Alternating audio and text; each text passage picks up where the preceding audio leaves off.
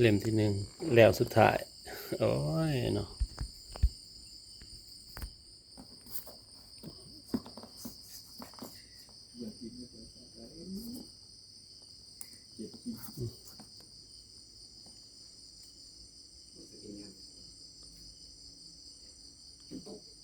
เล่มที่1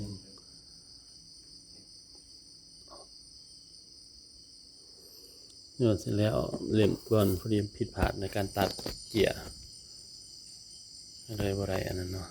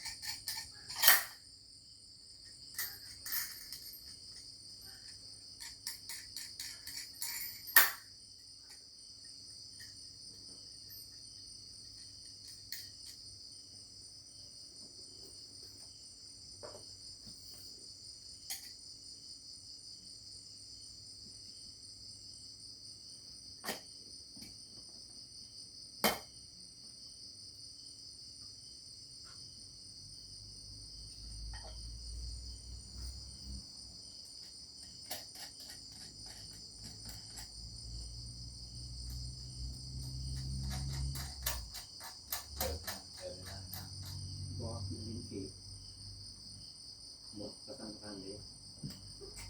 เป็นทั้งปีแต่นั้นไปอยู่เลย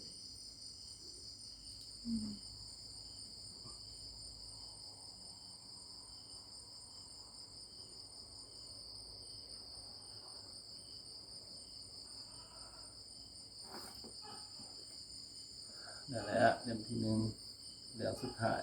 ก็วันที่12เดือน5 2025พศ2568ก็ตอนปีใหม่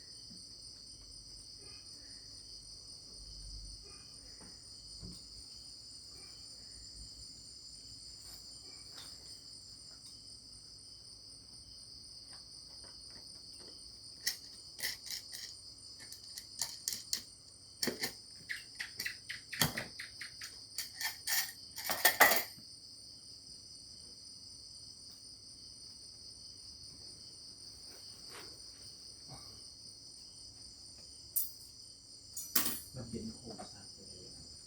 ตัวโตมันมีน้อยมันแก่น้อยเยอะเลย